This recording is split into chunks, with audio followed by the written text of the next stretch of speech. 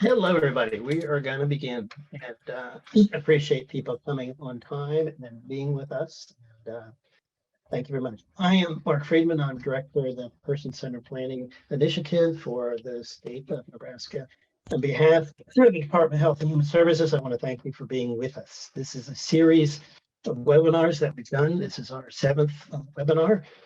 Webinars, recordings of past ones are available on the department's website. We want to express your appreciation for coming and being with us. We're in the process of training 600 service coordinators across the state, supervisors and central office staff, and we're offering 10, we have 4 more to go, webinars open to everybody to learn about person-centered planning. With that, we are just very privileged and elated to have with us today Jack Pearpoint and Lynda Kahn, and they have been doing work in person-centered planning for decades. Jack was one of the creators and formers of person-centered planning way back in the day, and has been working on this to share these words and implement strategies. Jack's worked around the country and around the world. Lynda was the former director of Developmental Disability Services in Rhode Island and has been active for decades of bringing about person-centered planning. Today we have engaging in person-centered work and conversations that matter. And with that, I am just very pleased and privileged. And thank you, Jack and Lynda, for being with us. And I turn it over to you. You're on. Thank you. Thank you. Thank you. Well, hello, Nebraska. We haven't been there for a while. We looked it up, 2005. 16 years ago. Yeah, we should be back sooner, I think, but there is this little delay with the pandemic. So this is a second best, but it's good to be back. And if anybody wants to know, I'm still trying to collect licorice from Lincoln, because I know it's the world capital of important things like licorice. Licorice International, before we went on. We're just really delighted to be here, and we appreciate the invitation this afternoon, and connected in with the Facebook launch that Tony Green and Kristen Larson offered, and just really want to offer our appreciation for the heartfelt, authentic, values-based initiative that's being undertaken here. And we're really delighted to be able to share some stories and introduce you to some of our teachers. And you're going to open with a poem, as is often our tradition. Our tradition. Traditions are important. This is a poem by William Stafford. It's called The Thread. There's a thread you follow. It goes among things that change, but it does not change. People wonder what you're pursuing, and you have to explain about this thread. It's hard for them to see, but when you hold it, you cannot get lost. Tragedies happen, people get hurt or die, you suffer, you get old. Nothing you can do will stop time's unfolding, so don't ever let go of your thread. Nothing you can do will stop time unfolding, so don't ever let go of your thread. We want to be able to connect in and just highlight for you the themes for the day.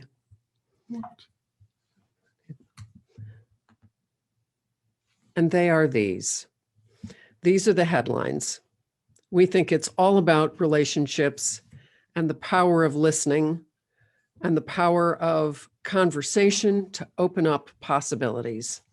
And we're going to explore that today through some of our teachers and mentors and through some stories that we'll share.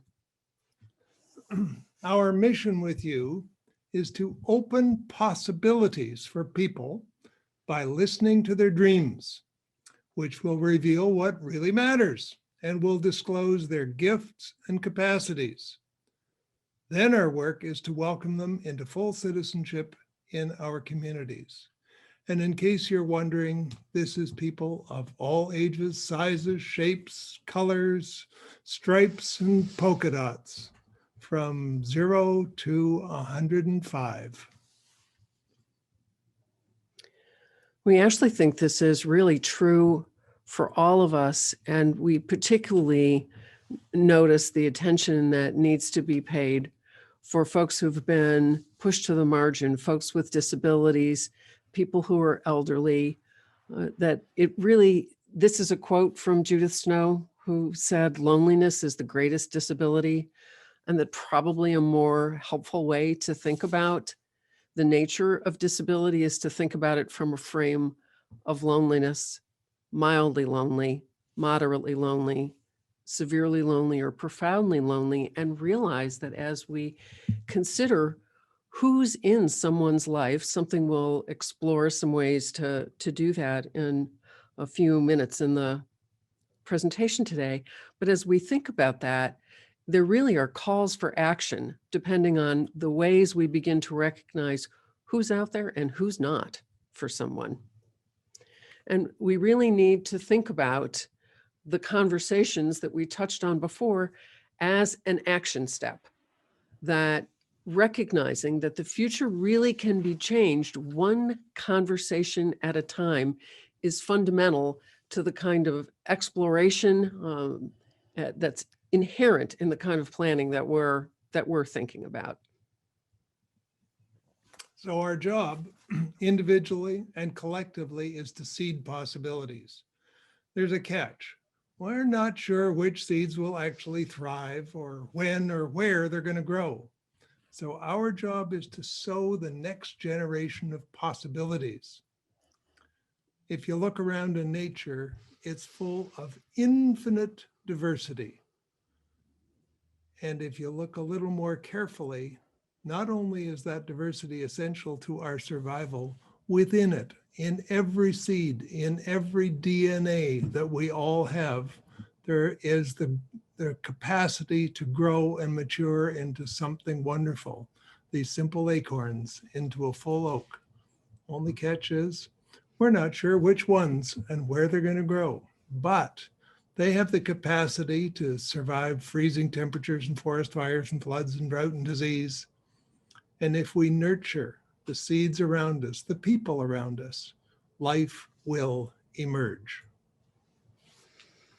Again, the wisdom of Judith Snow, who really held this question, thinking about listening into people's dreams, and that in people's dreams, as was true of her own, as we'll share shortly, in people's dreams are the seeds of what matters to them most deeply, as well as bringing forward and discovering the kinds of gifts that are really important for people to contribute. And so she held this question: what are some ways we can take the seeds in a person's dream and plant those in our community right now? How could we be at work with this dream right now? And we want to introduce you to Judith. So we've got a short video that was developed with Judith as the Royal Ontario Museum got to know Judith when she herself actually became an exhibit along with her artwork at the Royal Ontario Museum here in Toronto. And she shares this story.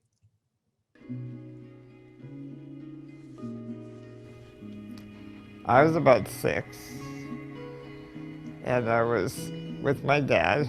He was helping me get dressed for the morning. And he told me a story. He told me that he had heard on the radio that doctors in California were killing children with Down syndrome because they felt those babies could never grow up to have a life that was worth living. And then he went on to tell me that when he was a boy, he grew up in Biddeford in England. And what they did then was they grew potatoes and they raised cows and sheep. And he said a person with Down syndrome was hardly even noticed in their town because people with Down syndrome, they grow potatoes and raise cows and sheep just like everybody else. But if I had been born at the time he was a boy, they would have strangled me by the time I was 3 years old because they wouldn't have known what I could do when I grew up. So I asked him, "Why are you keeping me alive?"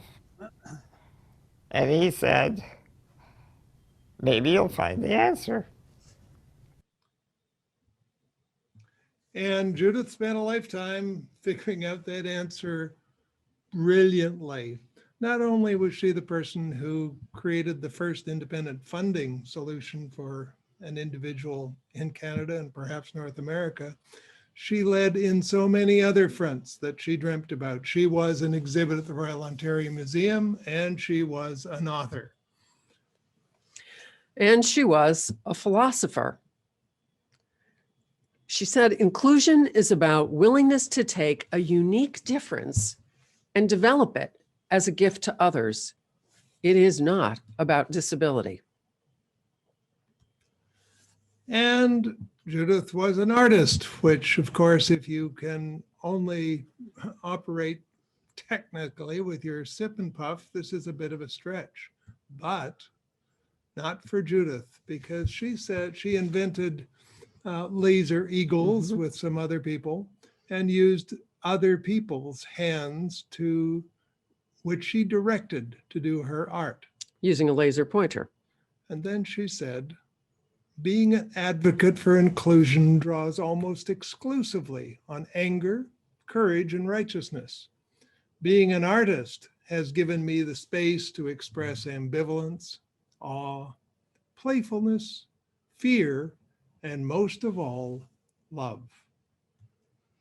And she was a poet. This is Judith in the exhibit at the Royal Ontario Museum. They said, she will never walk. She will die before she's 6. She will always live with her parents. There is no point in her going to school. You will never have any friends. Your kind belongs in chronic care. You don't understand how it works. This isn't art. They were right. I never learned to walk. And so with her delightfully twisted sense of humor, Judith went on as a wise elder to offer this challenge to all of us. Look around yourself for an opportunity to enter into a relationship with someone who has been exiled. Act on the faith that this person has dreams and hopes much like your own, and that this person has meaning in her or his life that can be conveyed to you and that has the power to enrich your life and the lives of others. Understand that this person may be the bearer of a deep and creative dream. Bend your will, an inner and outer ear, to listen to this dream. Walk into the daily activities and environments of life with this person as dream and reality interact in a creative dance that expresses the meaning of life. Try this, and may you rejoice in all you create together.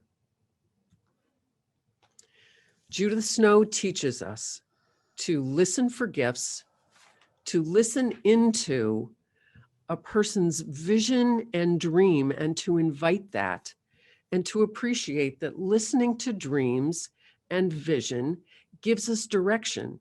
It opens up possibility, and in the dream are the seeds of what matters most to someone, and also the gifts that a person has to contribute in the community.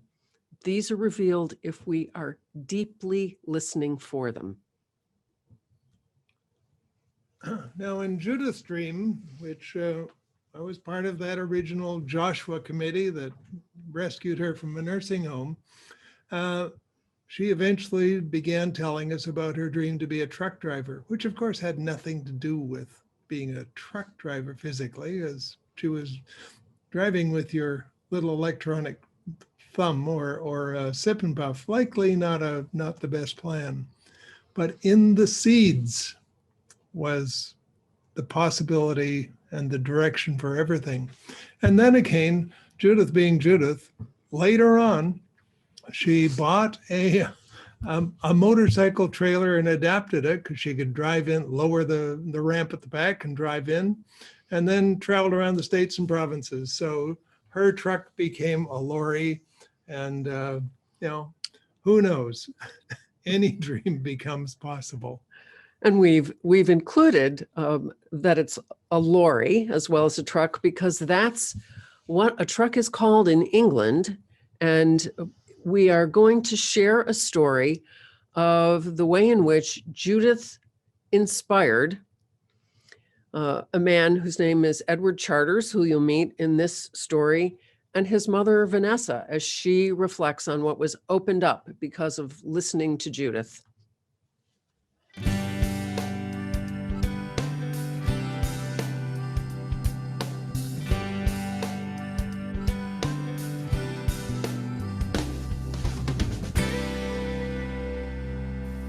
I came to the first inclusion conference here and heard a story about a little girl who was asked what she wanted to be when she grew up. And she said, a lorry driver. And because this little girl had severe difficulties, she couldn't walk, she was in a wheelchair, everybody thought that wasn't possible. This little girl had to explain what a lorry driver does, which is basically drive from A to B, delivering the goods. So what does Judith Snow do now? She travels the world from A to B, delivering the goods, lecturing on inclusion and issues connected with it. And when I heard that, I got goose pimples in that conference, because I had just sat in my son's school with one of his teachers and a careers advisor. When he was asked the same question as Judith, what would you like to be when you grow up? And he said, I'd like to be a policeman. And he was told straight away that that wouldn't be possible. He wasn't intelligent enough to be a policeman. And in that one sentence, not only was his dreams shattered, his reason for working hard at school was removed. And I now realise that you have to listen to what people are saying and unpack it, because what my son meant by wanting to be a policeman was he wanted to wear a uniform, he wanted to work with people, and he wanted to be in service. Well, actually, my son's now living his dream, because he always said he wanted to own his own business and nobody really believed him, but he's so determined and he's made it happen. He has his own business, Personal Butler Services, and he's a butler and a chauffeur for everybody, including people with different needs. So his vehicle is adapted with a ramp and a winch, and he can help and serve everybody. It's just the same as wanting to be a policeman. It's the same issues. People didn't listen and unpack what he really wanted to be. A couple of weeks ago, we were telephoned by the organiser of this conference, Derek Wilson, to see if Edward, his business, could collect a lady called Judith Snow and bring her from the south to the conference. This Judith Snow had wanted to be a lorry driver when she was little, and I suddenly realised that this Judith Snow was this person I'd heard about First Inclusion Conference, the person who'd made me realise that people can achieve their dreams, and that when my son said, I want to be and I want to do, I had to listen and totally believe in him. So I learnt that from Judith, and I learnt to believe in my son, and he ends up driving Judith Snow to this inclusion conference. And I've just met Judith Snow.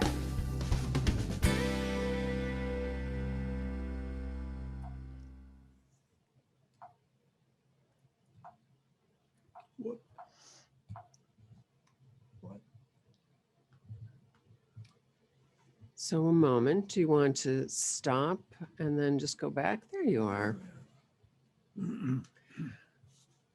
One of the things about the legacy, I think, of Judith's story and teaching, as well as so many other people that we've had the honor to walk with, is that we've been learning that all of us around someone who are going to engage with them in opening up possibilities need to hold these qualities. You really have to believe in the person and really be listening deeply to what matters to them, looking and listening for capacities and seeking connections to be able to move forward from those, and to be open to yes, and to be able to explore what matters. So for us, we have a deep question in this business. We want to know, how can anybody, any age, any size, how can this person show up in the community life as a valued friend and a contributing citizen? And to do that, we need to discover who they are, what really matters to them, what they care about, what other people notice about them. We have to listen to them.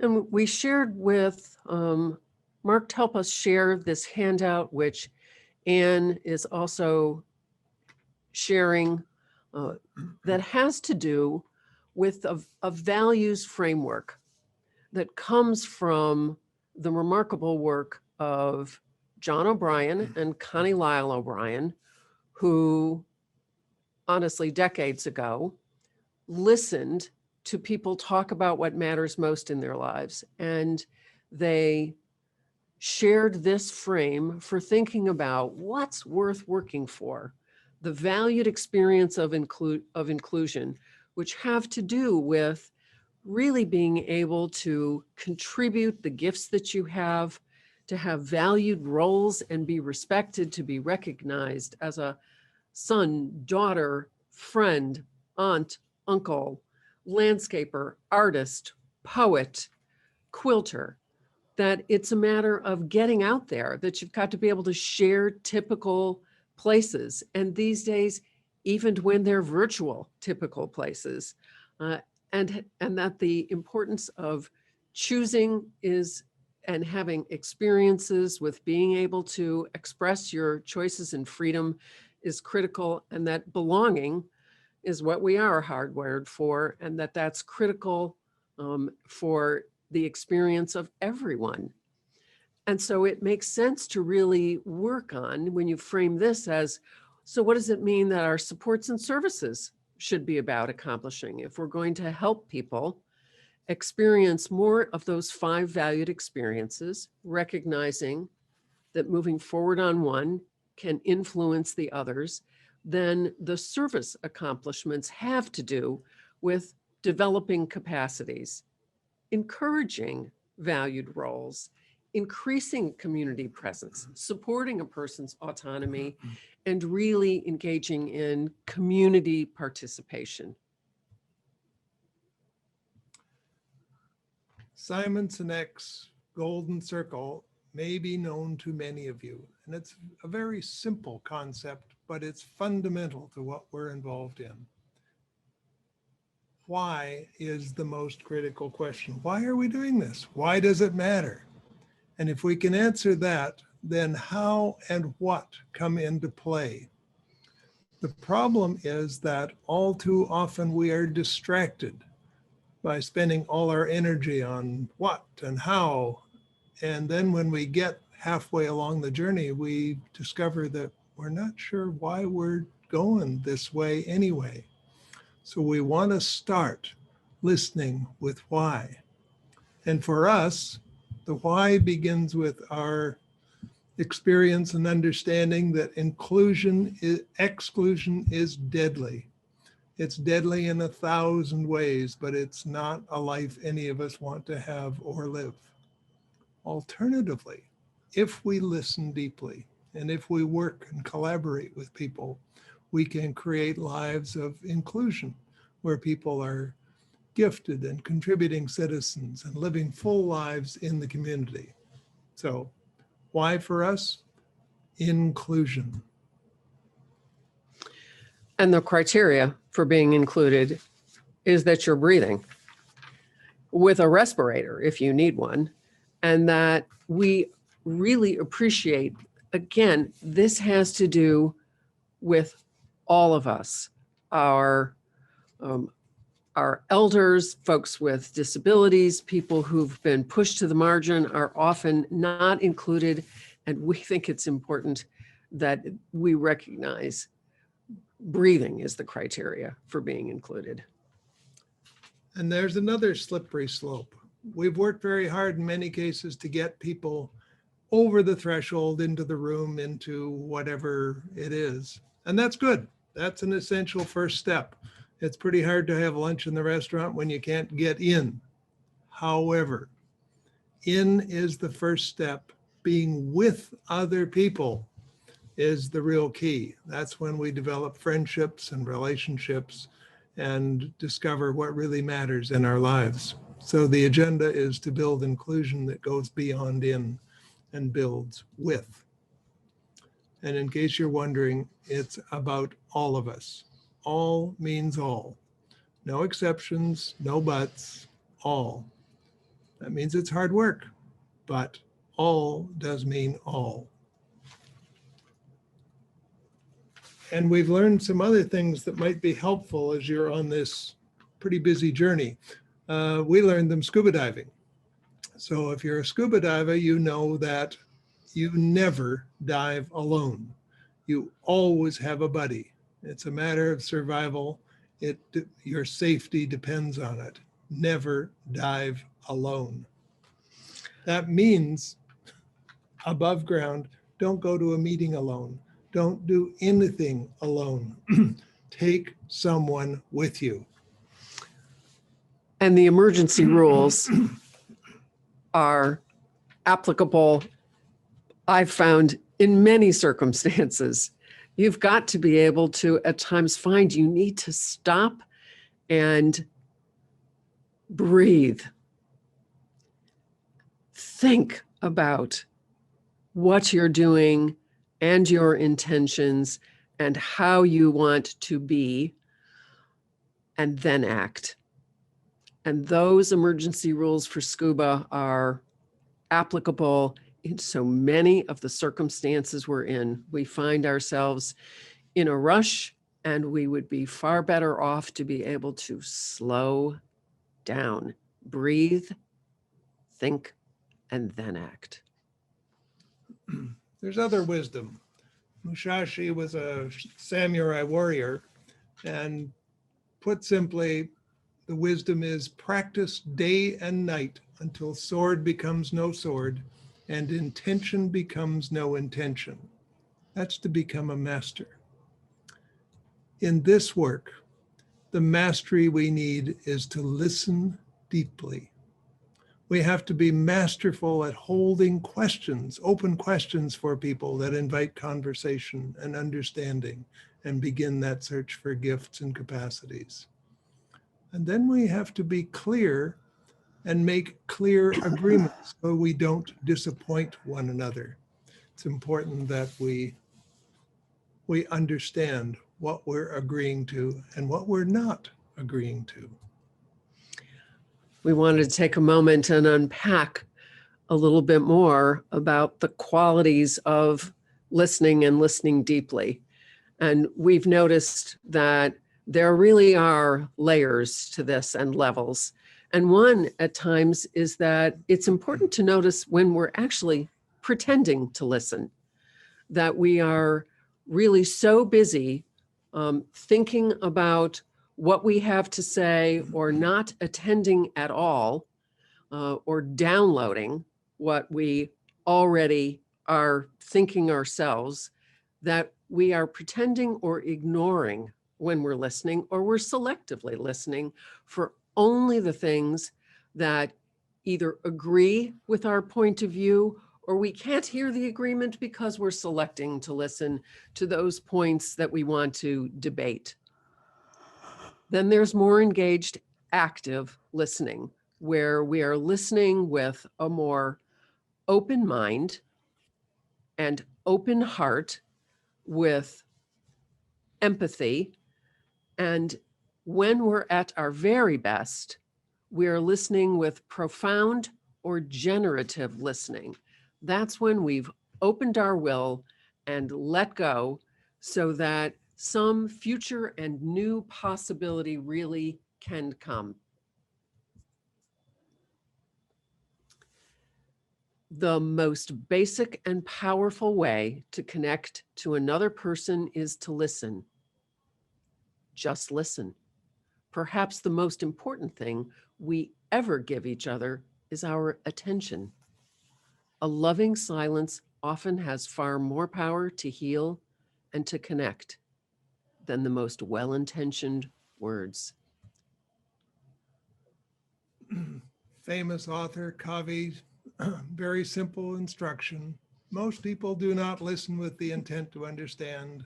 They listen with the intent to reply.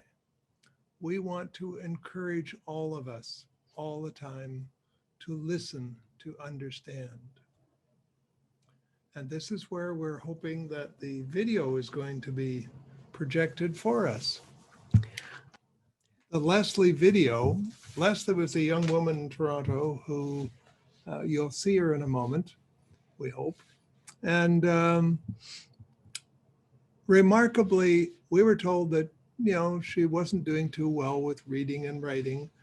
But when we listened in, we discovered that she'd been taking literacy classes for actually years and was too embarrassed, didn't want to embarrass these wonderful, helpful people.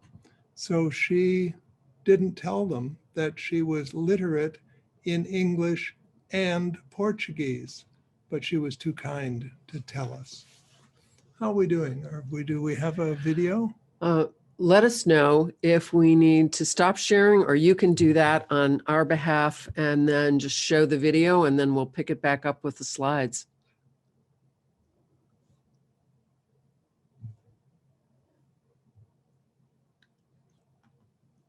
Just waiting for a moment. Let me try and get it the other way.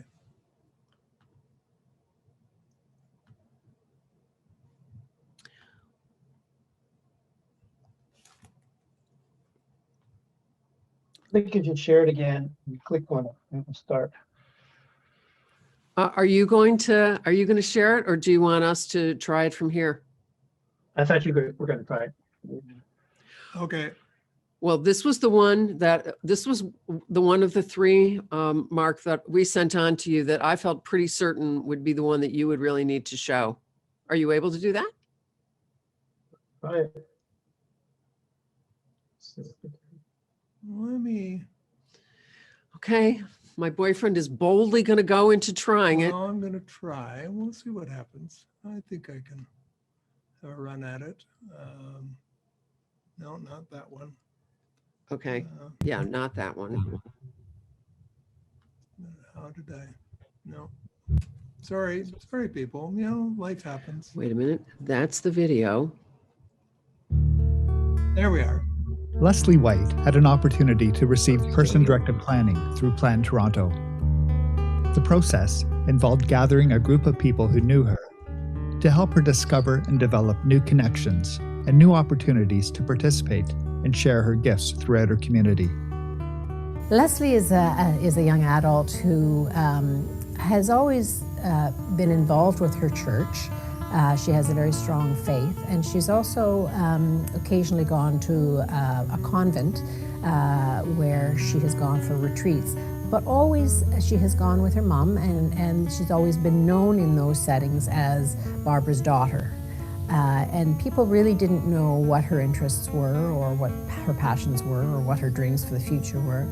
So we actually gathered together a group of people around Leslie for a planning session. Some of the people were from the church, some were neighbors, some connected to the convent, and began to really explore who she is as an individual. With Leslie's guidance, the group discovered a young woman who was creative, spiritual, helpful, and gentle. They learned she loved music, dancing, cooking, and rug hooking. From that, all kinds of possibilities came forward. She became more involved in the church, but she would be involved with other people without her mom being present. Things that she would help make the crosses at Easter out of the palms. She started dancing in the church. She's a liturgical dancer, so they were inviting her to dance. Not just necessarily in a group, but also as an individual. And that led to other opportunities. I think the most exciting thing that came out of it is that Leslie eventually, over a period of time where the group came together and helped facilitate this, became an associate for the Sisters of St. John the Divine at the convent. So now when she goes to the convent, she goes as Leslie. and they make sure that she dances during their services, and that she plays a vital role there on her own. You know, she is seen as the beautiful person that she is. And to me, that's an example of what magical things happen when people who care about you come together and brainstorm ways of you living out the life that you were meant to live. And so that the convent and the church are far richer for having Leslie now contributing the way she does. And certainly Leslie's life is much richer. And her network continues to meet and continues to dream about other opportunities for her. Mhm.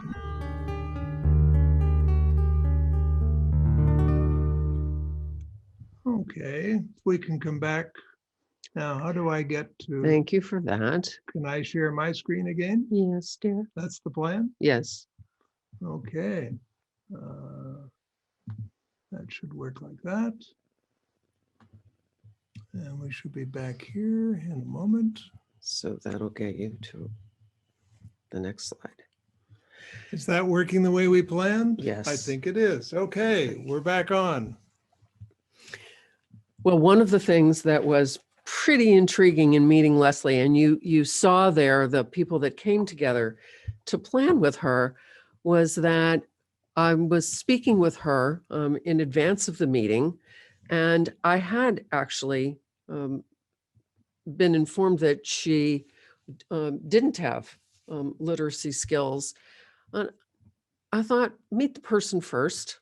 Let's not necessarily only attend to the record. I put the relationship map up on the wall, and I planned to record it for her as she told me where to put people.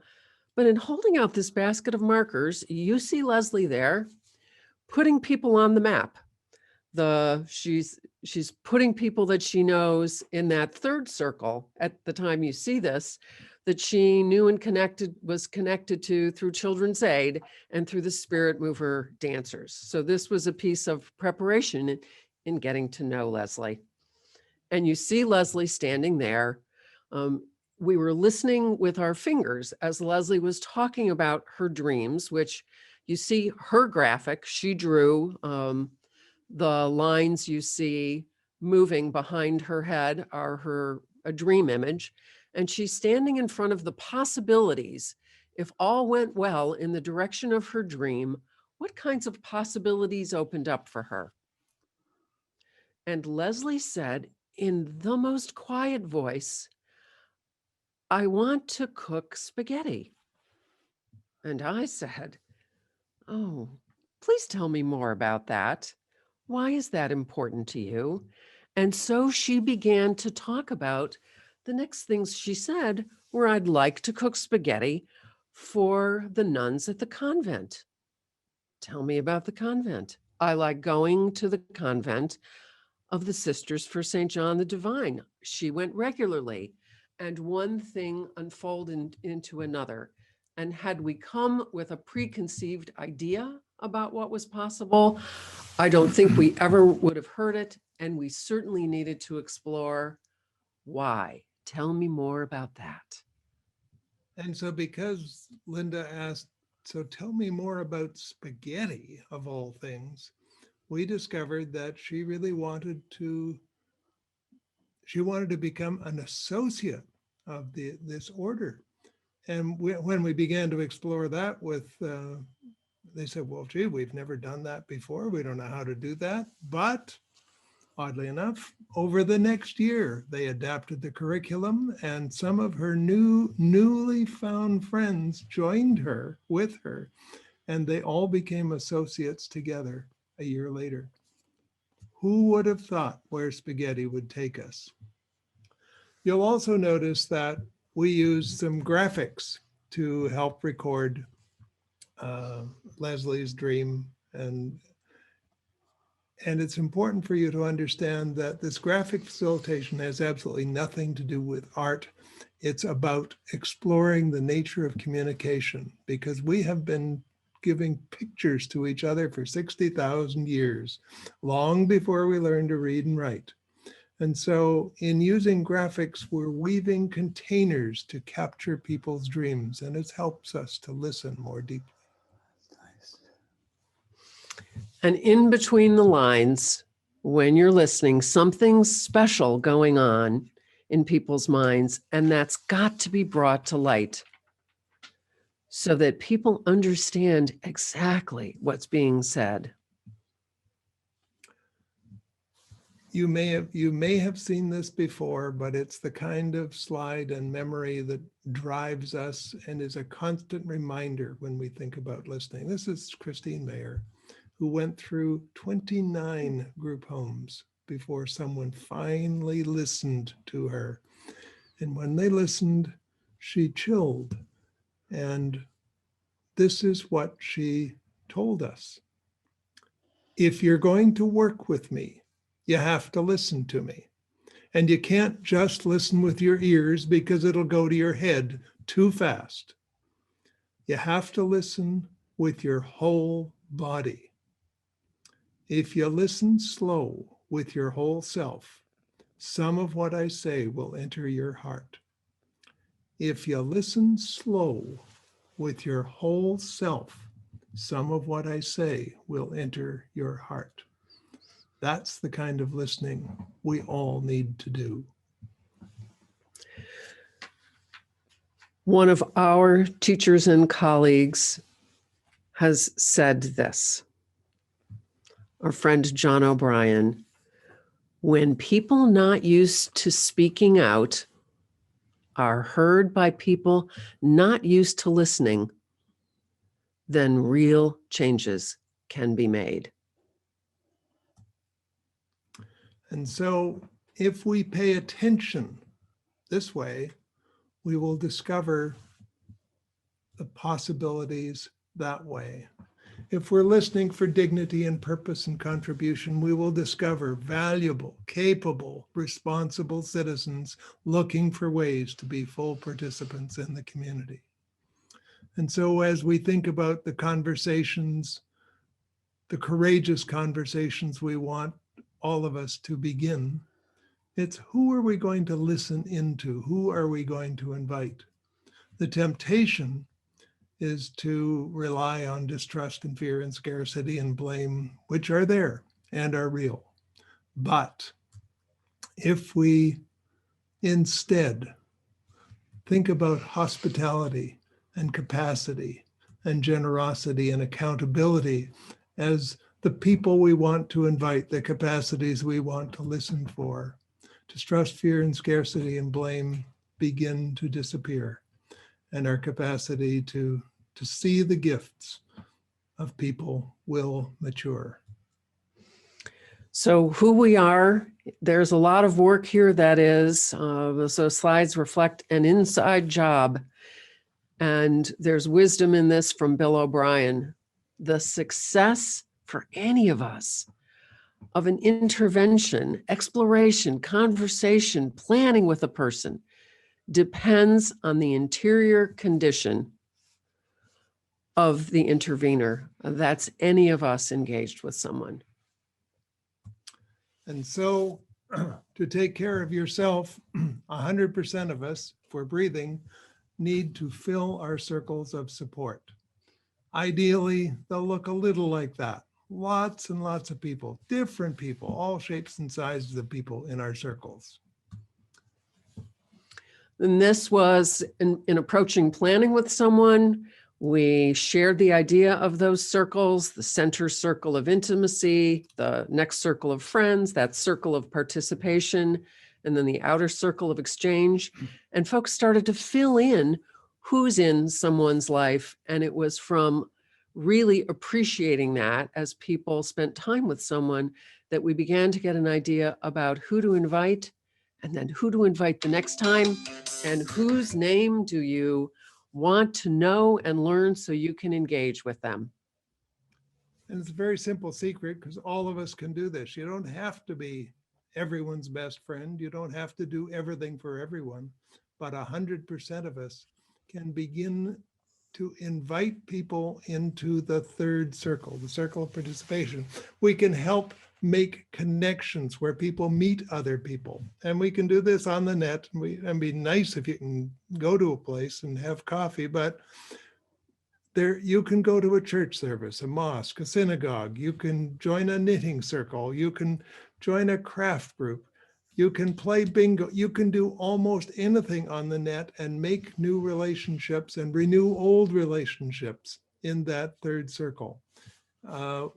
With the capacity of the internet and Zoom, you can renew familial and friendly relationships from decades past that are geographically too diverse to be possible. But now we can do it in the morning with a few electrons. Fill that third circle. We think it is important to see the people we're walking with, the folks with disabilities, the elders, in the fullness of who they are, in all their gifts, and appreciating all of their story without being certain that we actually know and have the answers about what's possible for someone. And so we need to keep this in mind. Don't establish the boundaries first, the squares, triangles, boxes of preconceived possibility, and then pour life into them, trimming off leftover edges, ending potential. So we know that around all of us, there are lots of fears and doubts and concerns. We need to respect them, pay attention, listen up, do that. But in terms of acting and thinking, we need to do that with hope and courage. We need to think and act with hope and courage, honoring doubt and fear, but acting from hope and courage. In the wise words of Margaret Wheatley, in her book, Turning to One Another, she says there is no power for change greater than a community discovering what it cares about. Ask what's possible, not what's wrong. Keep asking. Notice what you care about. Assume that many others share your dreams. Be brave enough to start a conversation that matters. Talk to people you know, talk to people you don't know. Talk to people you never talk to. Be intrigued by the differences you hear. Expect to be surprised. Treasure curiosity more than certainty. Invite in everybody who cares to work on what's possible. Acknowledge that everyone is an expert on something. Know that creative solutions come from new connections. Remember, you don't fear people whose story you know. Real listening always brings people closer together. Trust that meaningful conversations can change the world. Rely on human goodness. Stay together. We give the last words to the remarkable poet laureate that many of us were just introduced to on January 20th, 21, Amanda Gorman. For there is always light, if only we're brave enough to see it. If only we're brave enough to be it. Thank you.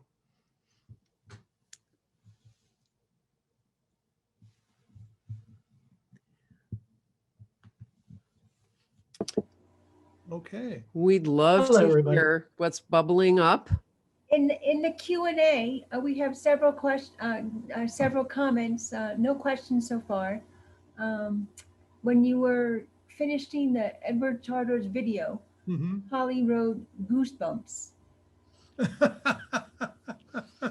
Yeah, that's good. Good. And Lovely. Cheer Smith wrote, "This is wonderful. I can't wait to share this with my employees." Excellent. Oh, that's great. Oh, very nice. Another comment was somebody wrote, sort of like profiling individual needs. That was at the onset of the handout. Yep. Yeah. I realize I might be able to get this to you electronically now, but we also can share with you and try and get it into the chat or just send it to you, Mark, afterwards, the link where people can also see on our website, inclusion.com, many of the Judith Snow videos. There's a couple of others that were filmed at the Royal Ontario Museum. And that video that Jack referred to, the about 12-minute video of Judith herself talking about dreaming, is on our website, available to people, as well as Leslie White's video. Yeah. If you're looking for a resource, I mean, there are many resources, and I know you have done an enormous amount in terms of this Nebraska network, but there is quite an extensive array of resources at inclusion.com, our website.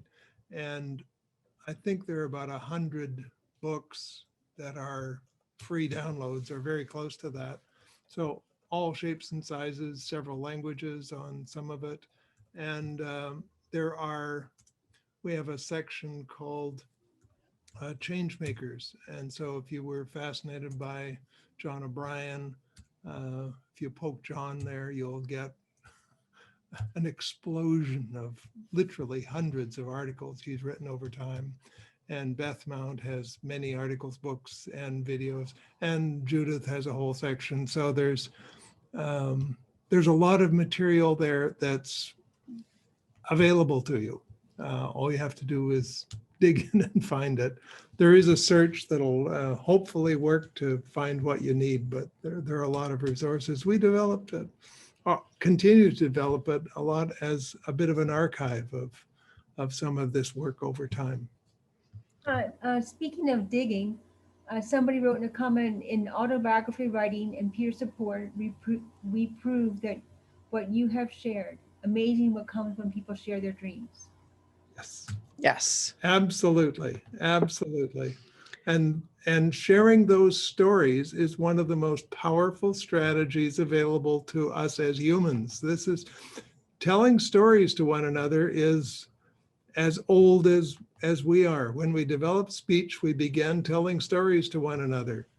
More recently, very, very recently, we started to write them down and do all those kinds of things. But that's new tech, let alone Zoom. And telling stories to one another, beginning at, I don't know, age 1 through to whatever, the whole story. And as we think about older folks, people and it's tragic that in our culture, we have to some extent disregarded the incredible talents and capacities of our elders. And so rather than shunting them away, if we sat down and listened to some of their stories, it's fascinating. And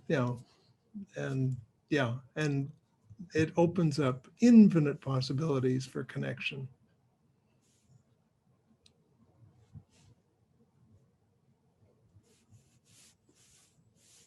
One more comment in the Q&A is Debbie writes, terrific, thanks. You're very welcome. Well, Any more questions in the Q&A or in the chat box, or people can actually share anything else that they'd like to share with us? And I see from Chris too, and the courage that comes from them living through so much we can do. I want to thank how honored we are to have you, Lynda, and Jack be with us to help spread the word in Nebraska and further the person-centered planning. Both of you have been doing this for decades. It's been a privilege and honor to be colleagues with you for quite a number of those as I myself get more experience doing all these things. Just a couple background pieces. There are 4 more webinars that will come up. Those are on the department's website. There'll be recording of this done in a week or 2 that'll be up and people can share with other people. And we thank you for coming and being with us. We hope that you'll join us further as we're trying to bring about sustaining and rebuilding and implementing person-centered planning in Nebraska that I know many of you have done before, but we're trying to sustain that. So on behalf of the department and all the people who are working on this, many people in the division of the Department of Health and Human Services, we really thank you. with that, we refer you to inclusion.com, where there are a tremendous amount of resources. Also, there's the Summer Institute. It's been out for years, and many other things that people can be with us. So we have many thank yous. While you're mentioning the Summer Institute, needless to say, it has been somewhat delayed by the pandemic, but we've been trying to reinvent ourselves as the virtual Summer Institute. So there are Ideas That Matter sessions, and you're more than welcome. You'll find them on the website, and little events like this, and you're more than welcome to join in, and you can see some back sessions, and there are new ones coming up. So we're not done yet. Thank you again for letting us be with you on the journey. We're going to close out, but if people would put in 3 or 4 words in the chat box, just how you found today, we share that, we read all of those, anything that you think could be improved or better, or other webinars that we ought to have. We have a couple more left, and just a few 3 or 4 words that you experienced today. We'd love to hear that, and we'll just leave this open for a little bit to hear from everybody. So thank you very much, and it's been a pleasure to be with you.